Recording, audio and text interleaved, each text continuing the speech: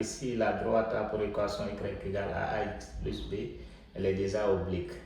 On n'est pas obligé de préciser les types d'asymptotes. X égale à 1 réel, y égale à 1 réel, y égale à ax plus b. Ces trois droites sont complètement différentes. Ici, dès qu'on voit x, on sait que c'est une droite verticale, une droite horizontale et une droite oblique. Donc c'est comme en français où on dit on ne monte pas, on ne dit pas on monte en haut, ou on descend en bas, ou on avance devant, ou on recule derrière.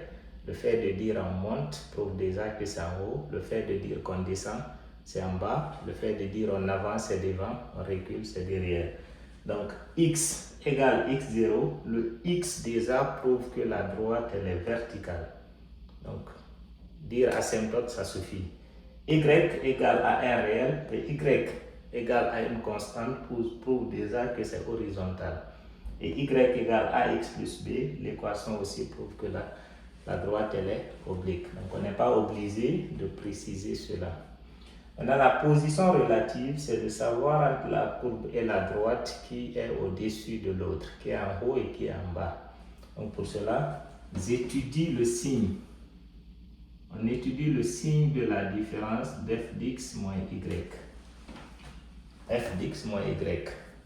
Lorsque f d'x moins y est supérieur à 0, ça c'est C, ça c'est D, la droite. C, D, la différence supérieure à 0, c'est comme si je disais que C moins D est supérieur à 0. Après lui, il se déplace. Donc C supérieur à D. C'est comme si je dis que C est au-dessus de D.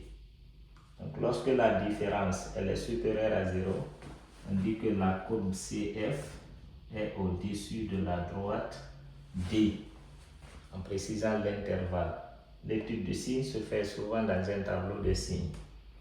Maintenant, si la différence f d'x moins y est inférieur à 0, courbe droite, je continue, la courbe CF moins la droite D inférieure à 0, il se déplace. Donc CF inférieur à D, ça signifie que la courbe, la droite est au-dessus de la courbe. Cette fois-ci, la courbe est au-dessus de la droite. Le troisième cas, c'est lorsque c'est égal à 0. F d'x moins y égale à 0. Donc on dit que CF moins B égale 0. Il se déplace. CF est égal à D. La courbe coupe la droite. C'est l'intersection entre les deux. Mathématiquement, c'est comme ça se note. Donc en ce moment, ni la courbe ni la droite, aucune n'est au-dessus de l'autre, les deux se coupent.